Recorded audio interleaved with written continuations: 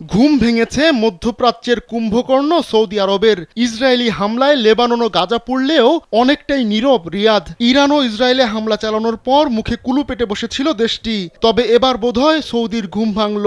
চীনের মধ্যস্থতায় গেল বছর সৌদি ইরানের সম্পর্ক আবারও জোড়া লাগে, তবে আঞ্চলিক বিভিন্ন ইস্যুতে দুই দেশের মতপার্থক্য বেশ প্রবল।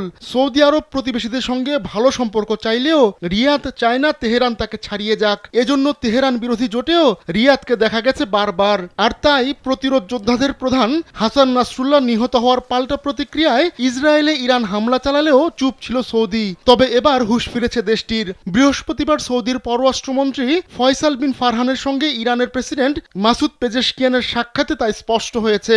স্যান্ডেলিনা সো, রূপচর্চায় আভিজাত্য। উভয় নেতা এদিন লেবানন ও ফিলিস্তিনে ইসরায়েলি আগ্রাসন নিয়ে আলোচনা করেছেন। ইসরায়েলের অপরাধের বিরুদ্ধে ইসলামী দেশগুলোর ঐক্যেরও আহ্বান জানিয়েছেন তারা।